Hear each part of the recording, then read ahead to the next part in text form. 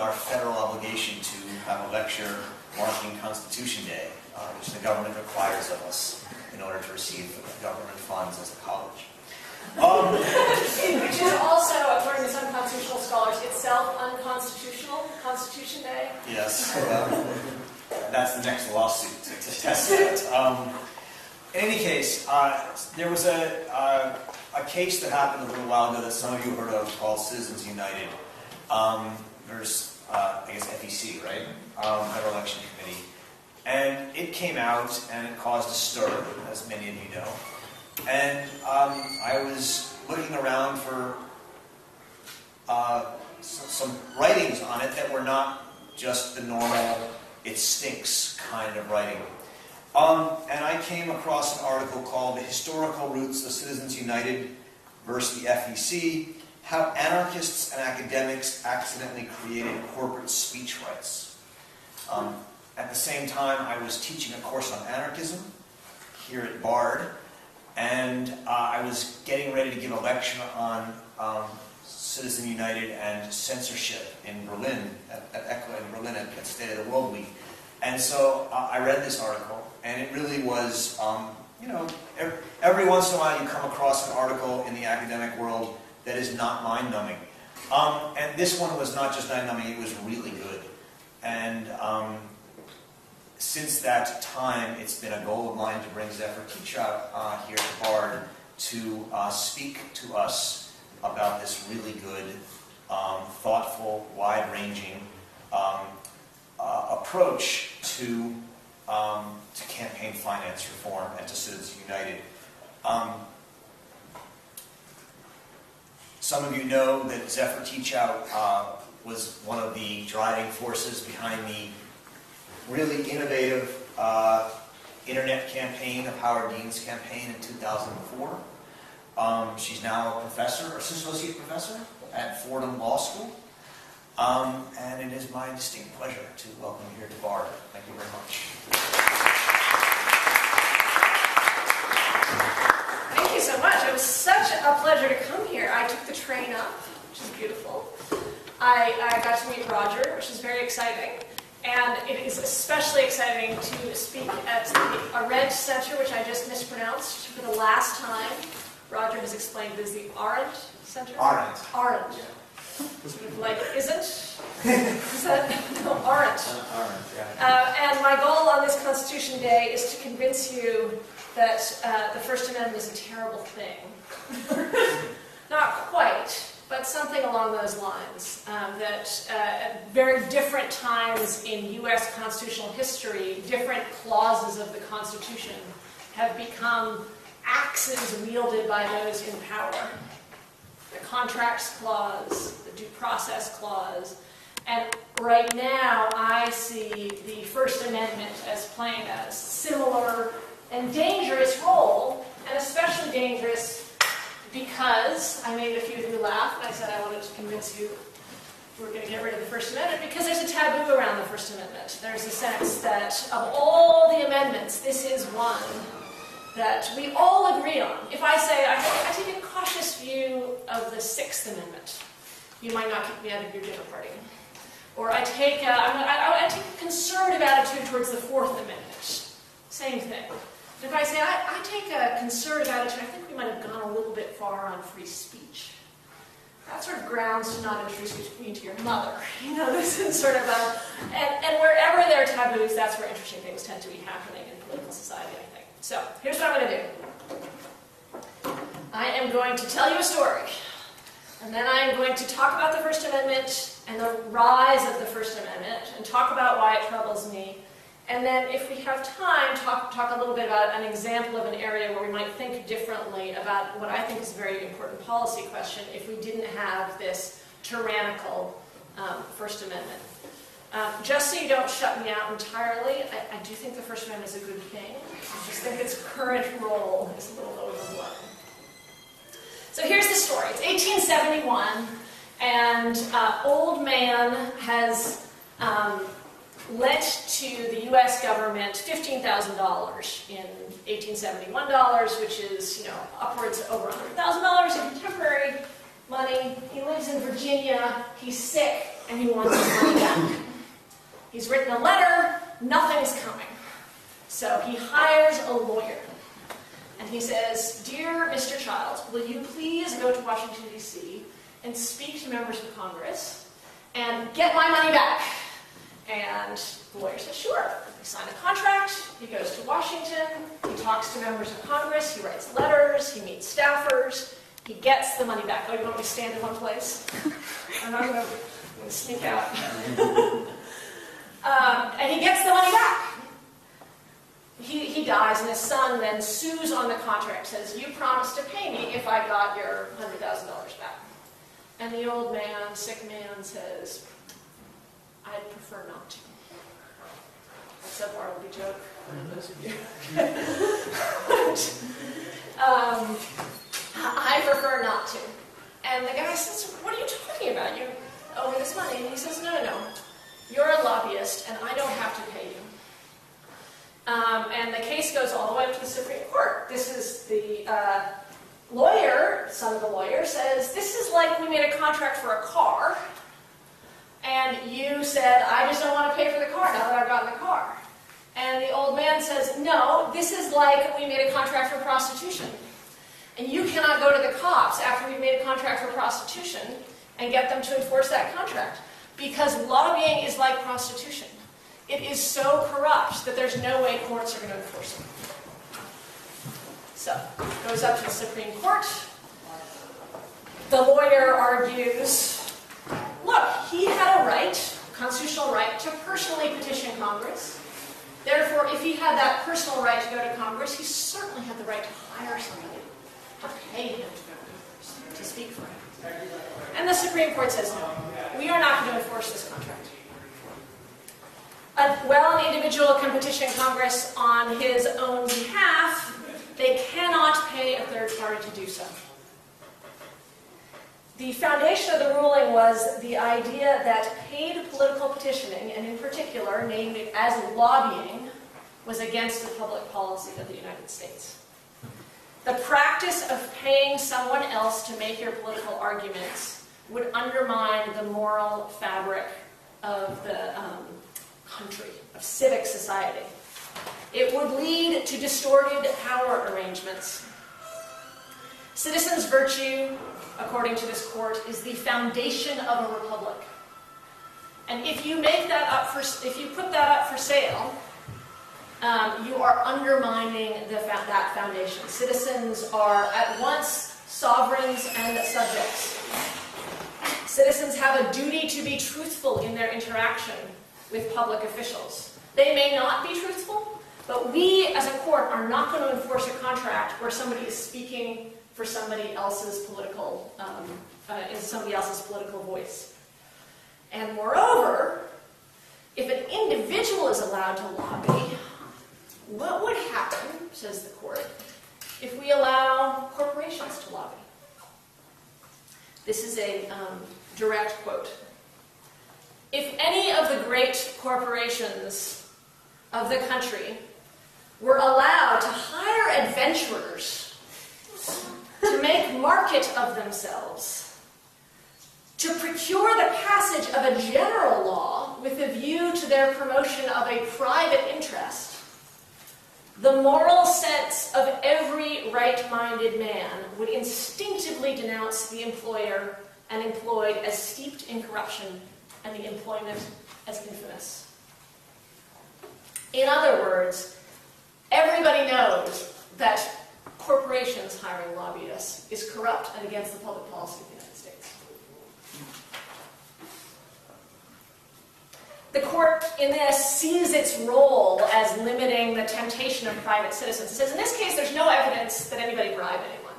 But if you put people in these kinds of situations where you can pay them to get legislation passed, you're going to start seeing bribery happen even if we don't get to see the particular instances. And so we're not even going to allow what they call the inchoate step. We're not going to allow people to put themselves in that situation. So there are a few things that are remarkable and interesting about this case. The first is that there was nothing remarkable about it at the time. So if you went to any state court in the country and asked what was the result going to be in this case, they would have said they're not going to enforce the contract. This was, Child's lawyer was going out on a limb trying to enforce this contract. Every state every state that I've looked at has similar cases where courts have refused to enforce corrupt contracts.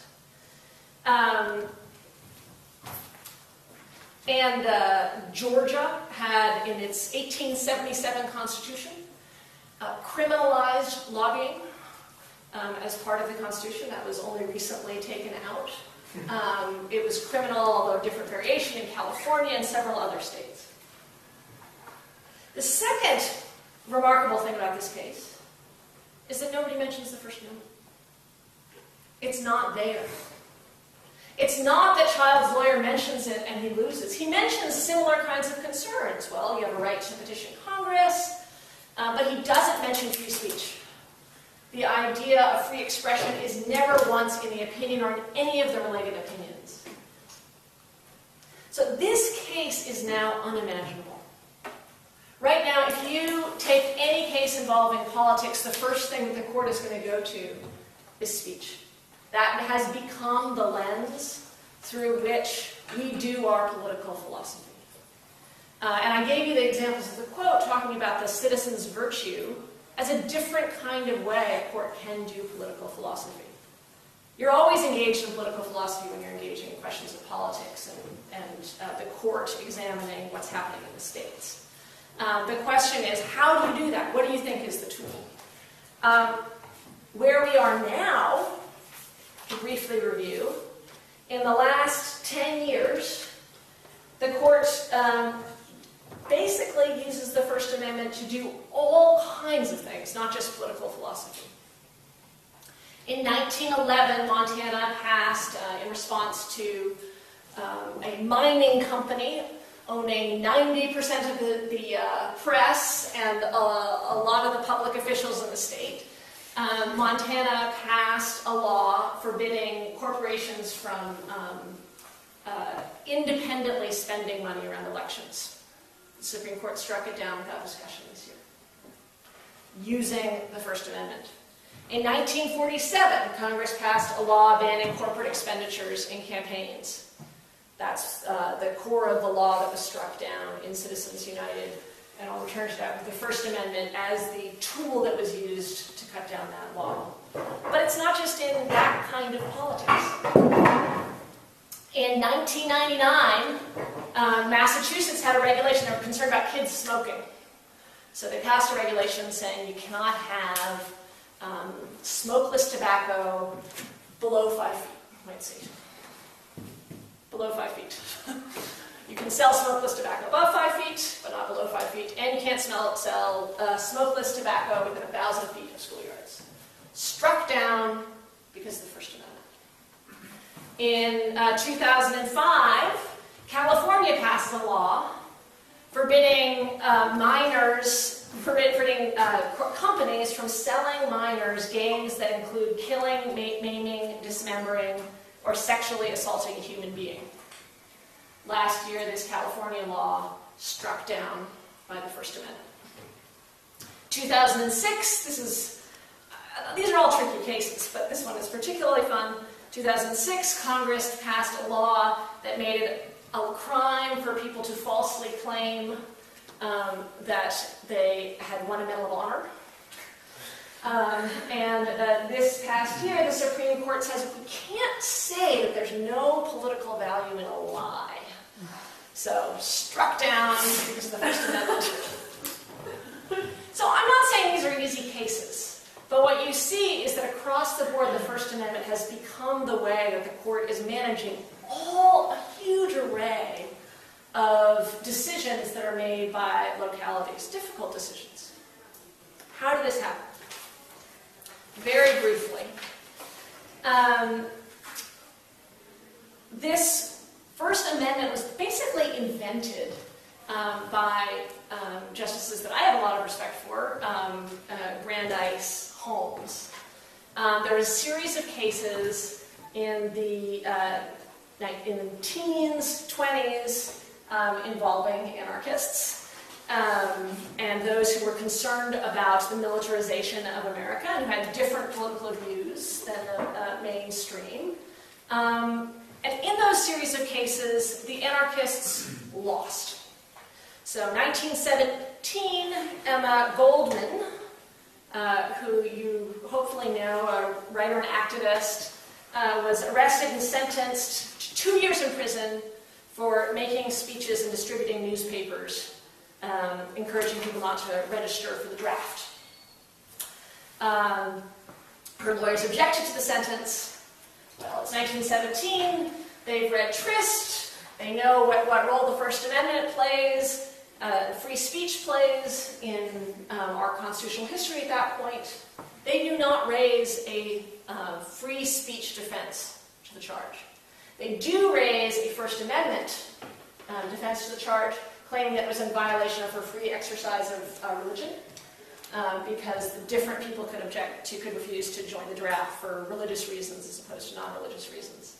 And the Supreme Court says, we aren't even going to listen to that argument. We aren't even going to talk about that argument that there's a sentence, because it's so obviously wrong. So, first anarchist attempt, totally shut down. And then there's this similar dismissiveness for the next several years. The court upholds sentences of up to 20 years for anarchists who are distributing leaflets. 5-year sentences, I mean, these are serious. They're serious now, but at the time, these are really substantial penal sentences. 20-year sentences, 5-year sentences for publishing German language newspapers. Communist Party leader was, her conviction was upheld for an effort to create a revolutionary working class movement. Hardly something that one would think of as dangerous in today's society. So the majority of the court is going along with these convictions. But Justice Brandeis and then Justice Brandeis and Holmes start dissenting. And they have these really beautiful dissents in which they're talking about the importance of free speech and how essential free speech is to the working of a democracy. In this, they are basically inventing a new idea for the role that free expression should play in a democracy. What you see is gradually, because they're both wonderful writers, these dissents start to appear in opinions, and even in majority opinions where convictions are upheld, there's a new recognition that they're not going to dismiss it like they did the Emma Goldman case. They're really going to take seriously this First Amendment idea and the idea of free expression. Finally, you see in 1941, not only are the free speech cases starting to win, but you start to see something else happen, which is that the justices are not just talking about free speech as an important principle for a democracy, but as the most important principle, first, of the Bill of Rights. So you remember there's a Constitution and the Bill of Rights. The first step is to say the most important Bill of Rights. The Bill of Rights is the First Amendment. And you see that in the 1941 case. And then the next step is you see a movement from the most important part of the Bill of Rights to the most important part of the Constitution. The left, there's an interesting interplay here in the 30s and 40s and 50s between the left and the right. The right started off pretty resistant to this free speech notion, and the left said, no, we got the ideas. The right's trying to shut down ideas. We got the ideas. If we can just get these ideas out there, we're going to win the war of ideas. I don't even like using that expression. It shows how socialized I've become. But we're going to win this battle if we can just take the top off and get rid of these censorship laws and other laws. Throughout the 30s and 40s, basically the right is resistant. And then you start seeing a change in the 50s and 60s. Brandenburg versus Ohio is sometimes called the coronation of the First Amendment. So in Brandenburg versus Ohio, a Nazi leader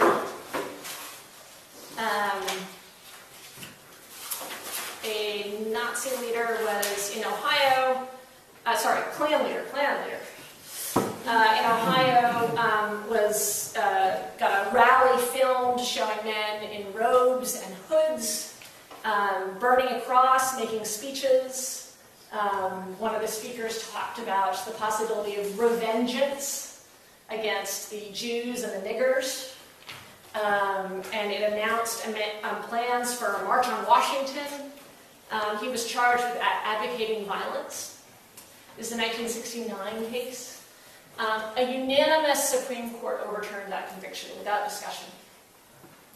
It's not actually an example of a case where you see a lot of the elevation of the First Amendment, but it shows where the court had gotten to by 69. And one of the things is the right started buying into the First Amendment. This is now a unanimous decision. And it's in the late 60s and early 70s where you also see, and they have a bunch of new ideas. There's a lot of, look, maybe the left's really wrong. Look what's happening in the Soviet Union. We have the new ideas.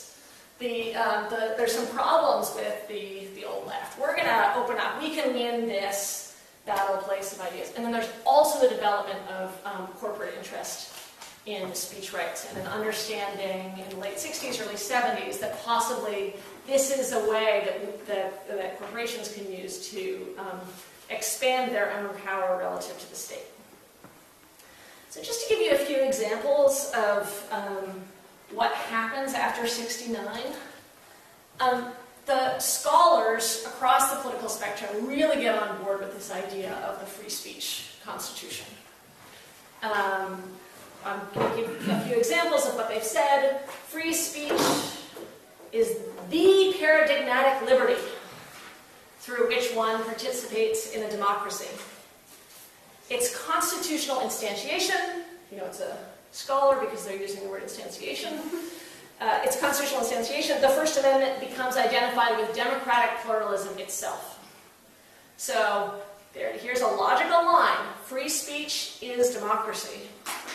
Owen Fiss, who's a wonderful First Amendment scholar, says there's a sense that the First Amendment is not a technical legal rule, but rather an organizing principle of society central to our self-understanding. It has a special place or exception reserved for speech. Now this, of course, then has an effect on popular opinion as well.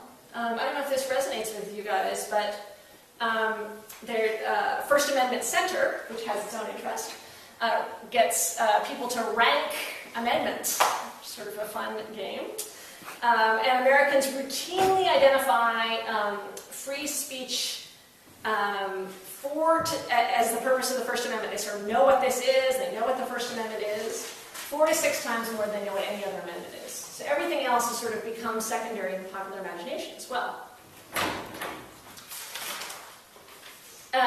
What this means, as I've suggested before, is that all these debates happen through this lens. I have a friend who is arguing a Supreme Court case next month on government spying.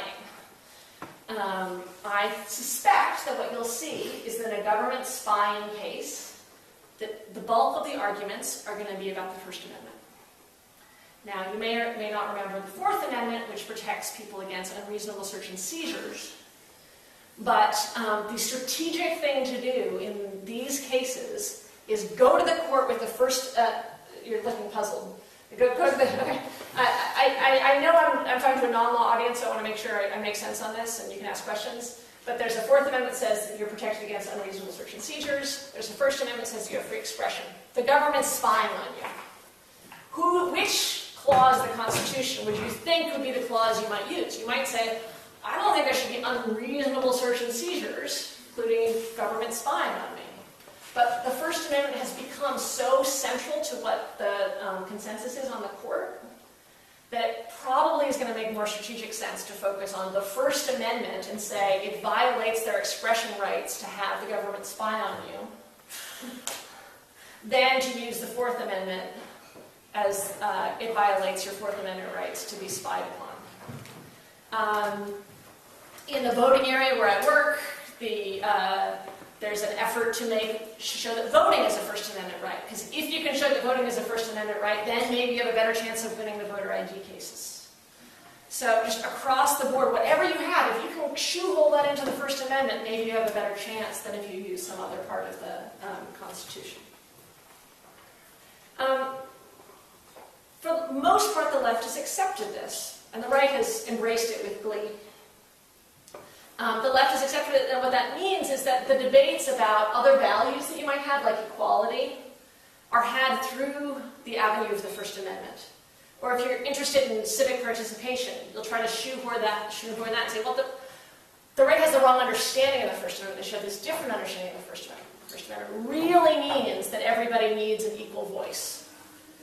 And so that there's a left-wing discussion of equal voice, but it's had through what I think is a pretty cramped lens. So, what's wrong with this? I mean, the cases that I read to you, I'm terribly sympathetic to.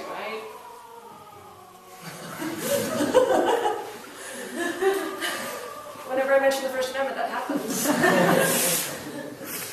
I'm horrified that political pamphleteering is criminalized. I'm thrilled that Brandeis had these dissents. I absolutely want to defend the right of Brandenburg to make his speeches. But what has happened, I think, is that it's gotten disproportionate. The most obvious effect is what's happened in the political speech area. So in Buckley versus Vallejo, which is one of the weirdest opinions. It was a per curiam opinion, which also means that everybody joined. You don't get independent voices on it. It was written really quickly. It sort of lacks internal consistency, and nobody likes it. People on the left don't like it, people on the right don't like it, but it has become the foundation of how we deal with political cases. It's the case that in 1976 reviewed a whole series of campaign finance laws from the post-Watergate era and said some of these are going to be allowed, some of these aren't going to be allowed. Without getting into the weeds, there's a few important things it did. It said that money is speech. So here you see an example of very creative lawyers saying, well, if we can convince people that spending money is a form of political speech, then it gets protected. And ever since then, money is speech in the political realm. It opposed speech rights to the anti-corruption interest or other interests in civic society. So they're seen as opposite to each other, which isn't very good for our anti-corruption interest over here. If you think of other kinds of interests, the kinds of interest I talked about the court talking about interest versus child.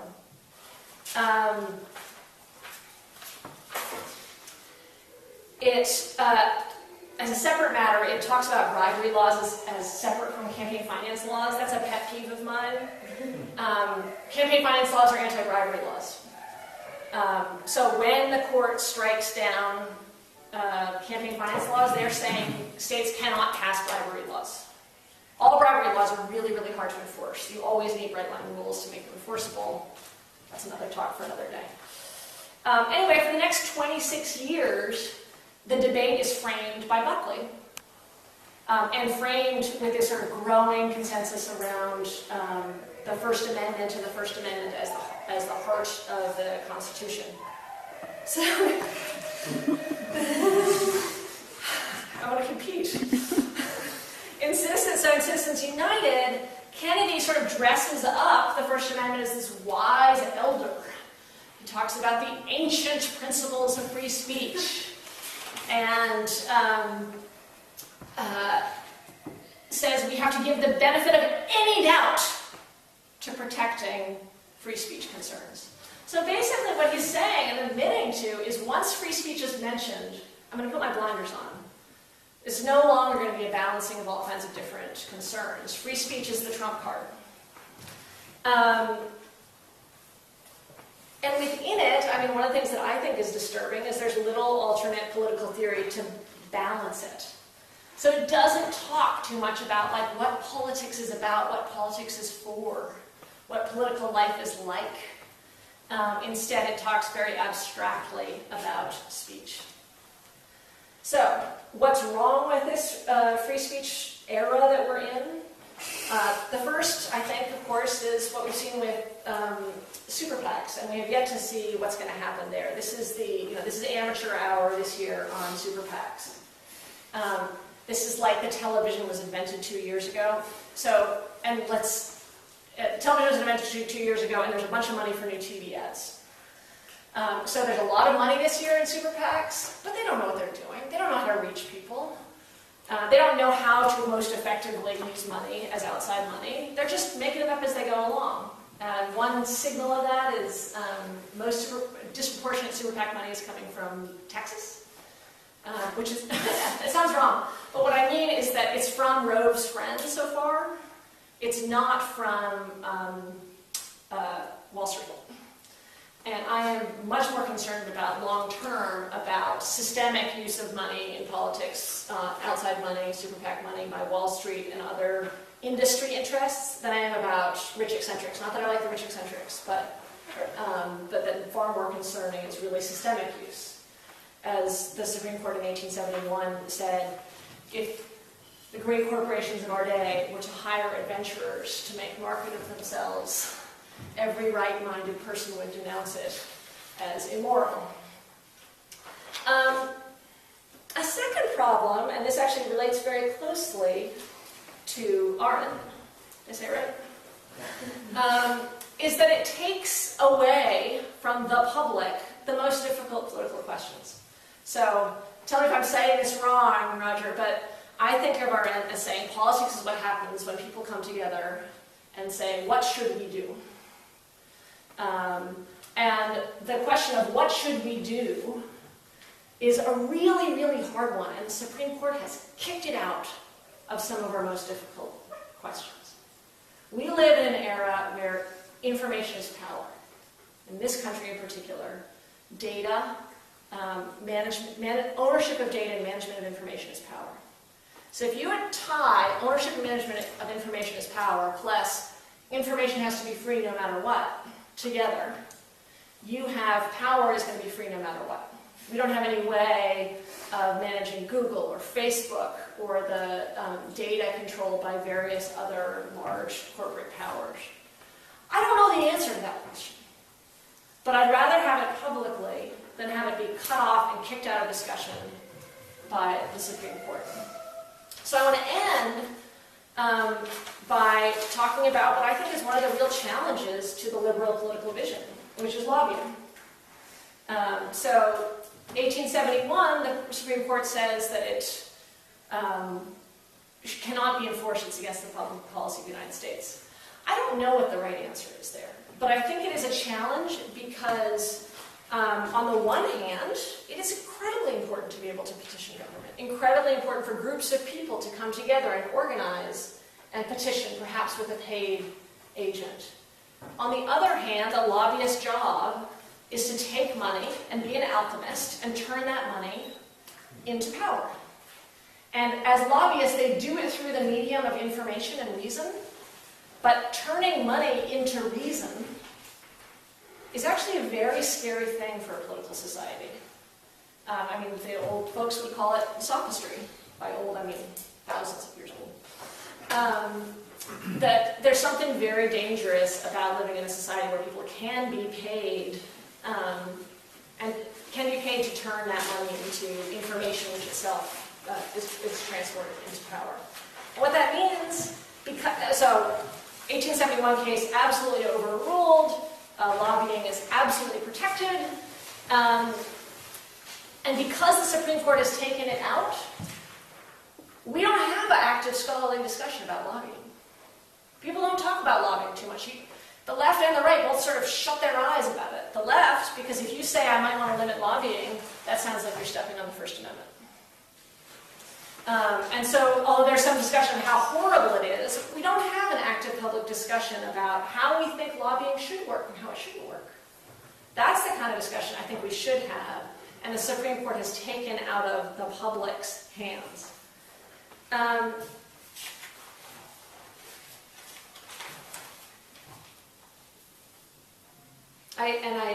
guess the one last thing I want to say about that is that it's somewhat ironic that the First Amendment is ended up being used to shut down effectively some questions that I think we should be having publicly.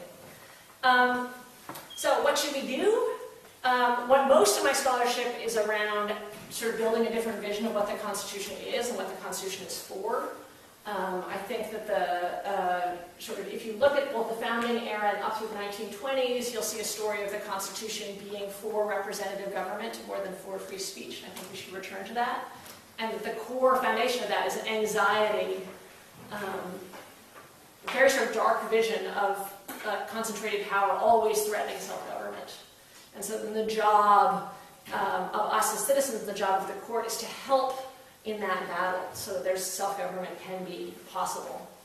And then the second thing we should do is to challenge the orthodoxy, be willing to show some skepticism towards the First Amendment, and understand the broader tradition it came out of, and understand ways that we might possibly limit it. At this point, I think I'd like to open up for questions, discussion. Thanks.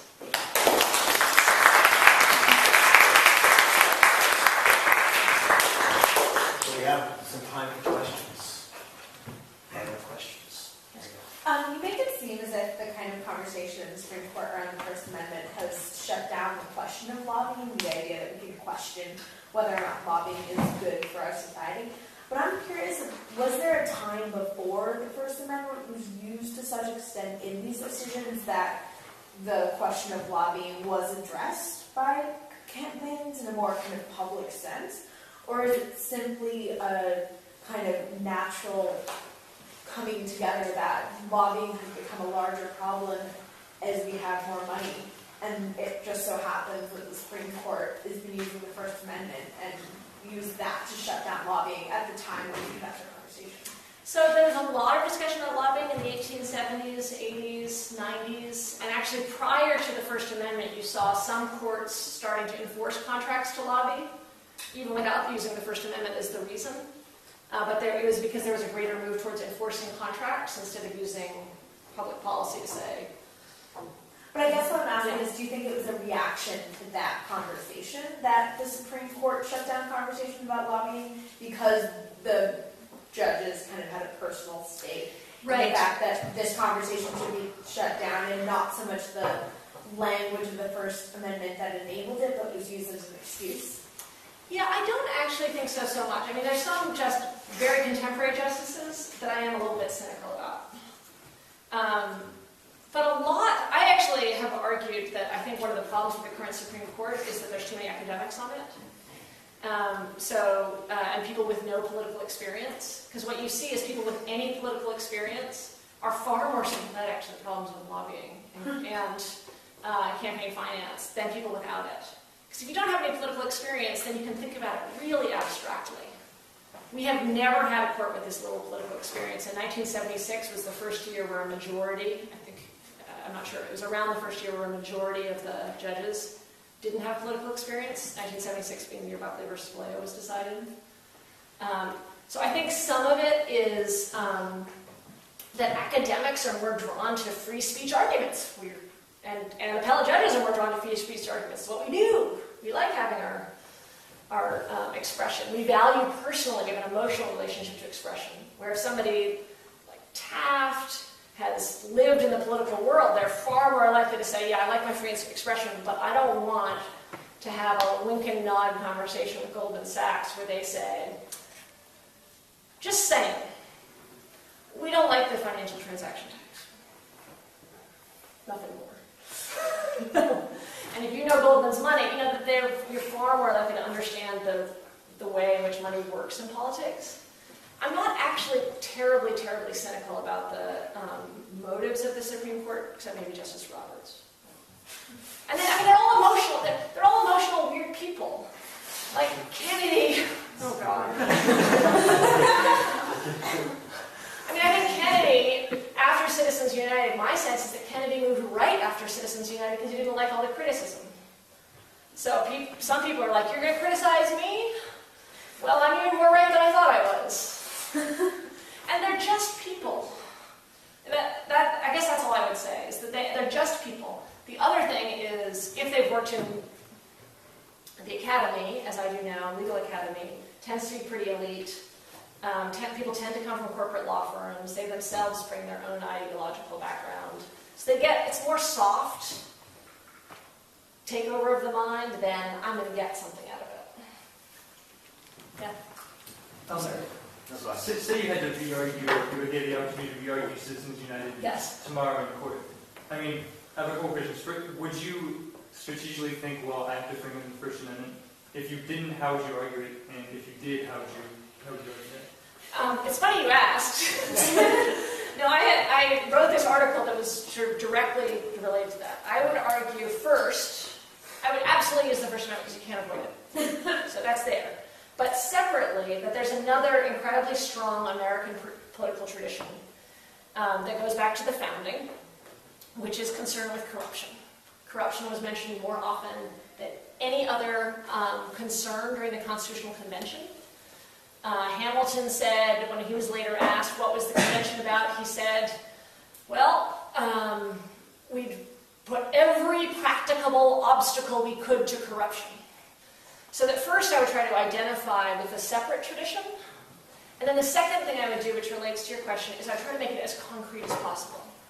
So then future Justice Kagan argued the Citizens United decision, Elena Kagan, and I don't think she did a very good job. Do I have to record all this? I guess so. And part of it is because it was so abstract. So that if you get into this happens in my classes, if you just talk about free speech in the abstract, free speech wins. But if you say, okay, you're a Congress member, Goldman Sachs says, I don't like the financial transaction tax. Let's talk about the federal bribery laws that cover it. It turns out they don't. Like, let's talk practically about what every other protection is. There aren't any. You, by the way, Supreme Court, have knocked down and limited federal bribery statutes as well.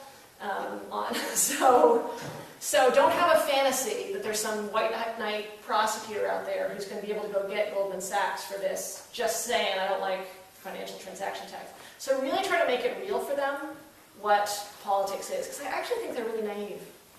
I think that they believe that politics feels like a market square, and it doesn't. I'm a little confused. I read Citizens United a little differently. Don't you think there's two problems to the case? There's bad law, which is what Scalia was saying, that there's a 30-day arbitrary rule, which he struck down. He said you can't limit speech in this 30-day period. And in a sense, you're looking at an equal protection clause. Mm-hmm. So, I mean, you can argue free speech, but how can you argue a bad law? So, broadly put, the question is, how do you stop, I'll just rephrase it, how do you stop bribery? Given that, and by bribery you mean that there's some kind of threat or promise of spending money in exchange for some policy decision of public officials. You wouldn't put it that way? That's what I'm saying. Okay, so I'll get back to it and I'll see if I answer your question. So what Congress did is we can either do a really vague law that says we're going to look case by case, but then gives enormous discretion to prosecutors, or we're going to do a bright line rule. And the bright line rule says 30 days. And with 30 days, you have the advantage of not giving enormous discretion to prosecutors, having everybody know exactly what the law is and exactly what the law isn't, and if they follow this law, it's fine. If they don't follow this law, it's fine. The reason I put it in that context is that bribery laws are really hard. Citizens United decided the same year as Skilling, the Enron case, where the Supreme Court struck down a bribery law for vagueness. So on the one hand, they say you can't have it vague. On the other hand, they say you can't have it bright line. So that's the context I would put it in. I do think there are other very real hard arguments in Citizens United. I can tell you what I think Kennedy's best argument is, if you're curious. Sure. It's so good, and he does it so badly, but if he did it well, it's somewhat devastating. It's that he says, I don't know the difference between Ford Motor Company and the New York Times. I don't. They're both corporations. And a lot of times, Ford Motor Company owns the New York Times, right? And a lot of times, Ford Motor Company has its own press.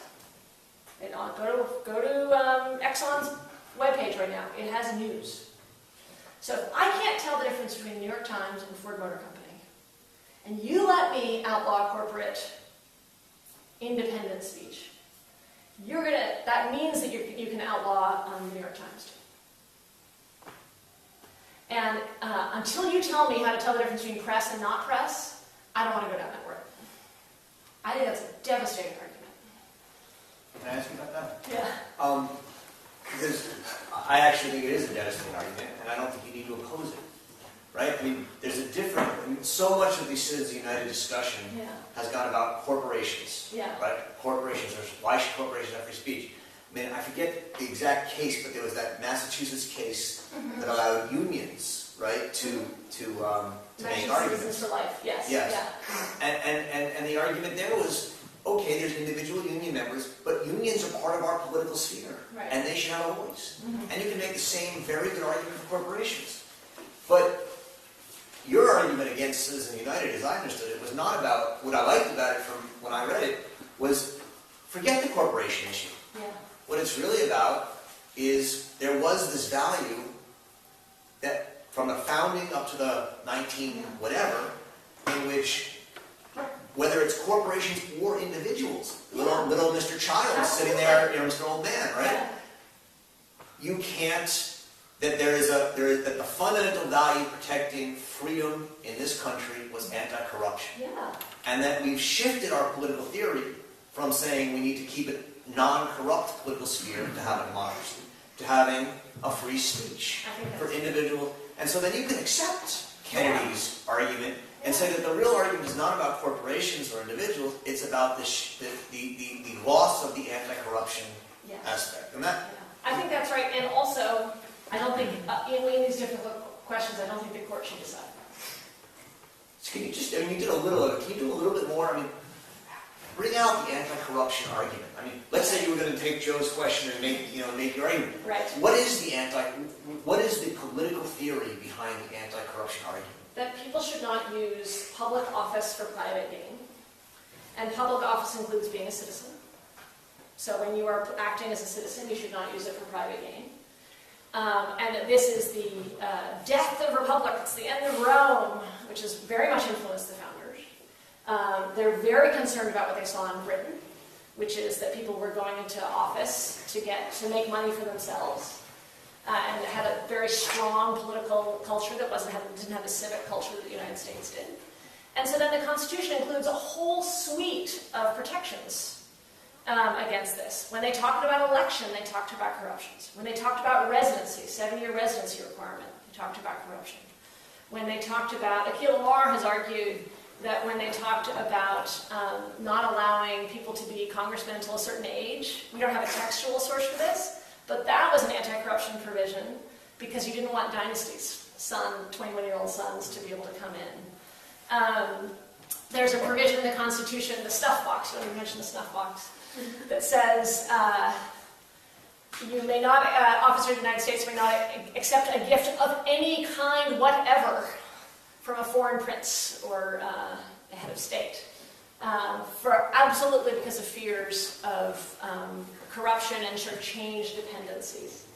The Electoral College was in part, came back as a fear of corruption because at the time it took so long to travel from state to state that Madison said it's going to be too hard to organize buying all the votes in the presidency if you have different states having their own electoral college system. Oh no, not the electoral college, the fact that it's all held on one day.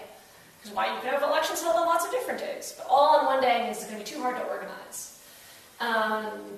The veto, they talked endlessly about the veto power as an anti-corruption principle because they were worried that the president would buy up the veto +1 votes in the Senate because they wanted to make sure the veto was small enough that the president couldn't buy the veto +1 votes. So it was just a constant theme. Those are the kinds of arguments that I made, and it persisted for 150 years. So there's some people who say, yeah, that's what they did, but they were these weird idealists, and that isn't workable. But actually, we went 150 years with this idea that if a constitution's for anything, it's for limiting the twin threats. There are two threats to a country: violence and corruption. Outer threat, inner threat. Everybody accepted this twin threat theory up until the 30s and 40s. Yeah. So, with because we're kind of looking back and Yeah. development with the Sedition Act, and then the espionage act, Yes. and this development of free speech, and then McCarthyism, Yes. and then, symbolic expression. Yeah. We turn away, we keep making these turns with free speech, and now with Citizens United. Yeah. What do you think will be next? Do you think, the development, Because I don't want to say, do you think we're going to rule down Citizens United and change everything? Because it doesn't seem like you think that. Well, because where we're going to be ends up depending an enormous amount on the justices and around the country. But it does actually end up mattering depending on who the academics are who move up and what Do they you think think. we'll stick down this road? Do you think what? Do you think we'll stay down this road? Well, I think we're on it right now. The two district courts recently struck down provisions that have been fairly long-standing that prohibited lobbyists from sort of had revolving door statutes that were prohibited based on Citizens United. The other one was prohibited lobbyists from giving money to campaigns. So at least when they're reading the tea leaves, they're saying we're going farther down that road. The same group that argued that pushed Citizens United is pushing for against disclosure, saying that it is a violation of your First Amendment rights to have campaign contributions disclosed. All this can change with a different court, but also with a different public ideology. I do think the public ideology seeps in. And, I want to retain a free speech value, but not... Okay. I mean, what we saw with... I'm glad you mentioned McCarthyism, is that, a colleague of mine says we're always fighting the last battle, and we're fighting McCarthyism when that isn't the problem in contemporary society.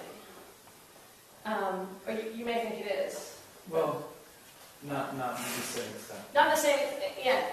Well, just a push on that. I mean, what's the difference between the free speech right that protects against McCarthyism and the free speech right as it's expressed by Citizens United and Kennedy that says political speech can't be regulated at any cost? I mean, how do you articulate that difference? Well, within the context of the court, I would argue this way, which is that when it's content-based, and that's tricky, but when it's based on a particular point of view, then it's extremely dangerous. When it's not based on a particular point of view, then sometimes it can be dangerous, like the Sedition Acts. You could say those aren't a point of view act, or they are, but I still think they're a point of view. Whereas in the, now Kennedy clearly thinks in Citizens United, he thinks that the people who pass campaign finance have a point of view, and their point of view is anti-corporate. And that there is he doesn't rest on it, but he clearly thinks there's a content. The idea is that the most critically looked upon laws are laws that say, thou shalt not be anti-abortion, or thou shalt not be pro-abortion. The laws that say what the content of what you're saying is criminalized as opposed to the fact of some kind of speech. But I think that's where I would draw the line, and I would have a little more trust that courts can work that out. Yeah, you mentioned something about kind of reviving this idea of representational government, or you said something about it, but if the concept of speech has changed so much to the point where money is now speech, and if you donate money to like a terrorist organization, money is now material aid, is now speech, you can draw this line. How do you, don't you feel that the nature of representation itself has kind of been changed in a way that reviving it is not as simple as it may sound? And what do you think post-Citizens United is the nature of representation in politics? And is there some kind of new representation you would want to give? You had brought up so many interesting things, including the material aid. So it's really interesting, because one way to think about it is that there's a view of the First Amendment, which is the First Amendment is used to deregulate. It's used as an unregulating tool, except in areas of terrorism, where we have maybe a different First Amendment, and that's a little logically inconsistent. But what I care about, I don't know this answer, is what I care about is that people have power to answer questions in their lives like, how should we live? And they have it in some meaningful sense. And so the representation I care about is not representation for its own sake, but representation for power. And I guess I wish the court talked more about power, not just representation, which is, but I don't know that I entirely understand your question. I mean, well, it just seems that, yeah, it's a very jumbled question, and it's kind of vague in my mind, but it seems like part of the problem, especially because, like Kennedy's argument, you can't tell the difference between New York Times as a corporation, Ford as a corporation, even though one is producing information. And it seems like information is exactly what a political representative wants to represent, you know, the speech or the information or whatever from their constituency. But if we're in a place where now what would be represented or channeled through representatives is something that has morphed or become some other thing, then maybe we should have a different name for it. That's interesting. So, like a classic example would be in financial reform. I keep mentioning this. Have any of you heard of the financial transactions tax? So it's a tax on, you know, like you get a tax when you buy toothpaste, a tax on financial transactions. When polled, 73% of the country likes it. These are crazy numbers. As a union friend of mine said, these are numbers so high, it doesn't matter how you message it, which is very unusual for Washington. Almost nobody's proposing it. It would make political sense in tight districts. Romney should be proposing it. But because of fear of the financial industry, it's outside of the scope. So there's not representation in that area. Is that what you're talking about? Where they're not actually representing the population? Yeah, I guess so. And should we stop calling it representation if it's not? Yeah, well, yeah, it's partially that language is kind of something that I think has been confusing. But yeah, I just wanted to hear your thoughts on whether it's still talk about representation and speech in the same. So in world history, we're doing pretty well. You know, I tend to think that we tend towards oligarchy in political society. We don't quite have one yet. We're moving towards it. And the reason I care so deeply about action now is I feel like we still have a civic culture. And representation is still psychologically possible for those of us who are part of that tradition. And so I want to grab onto that and do something about it. But we're in tricky days. Thanks a lot for your talk. I wanted to hear more about the distinction you were just making before Dan's question about not wanting to police the content of the speech. And I wonder how that can work. And I don't know, I'm thinking about the Canadian hate speech laws. We call it hate speech, and there's a content but also a function involved. Right. So here in the U.S., when what I would, as Canadian would call hate speech happens, it's a, no, that's not hate speech. It's my exercise of my right to free speech. Right.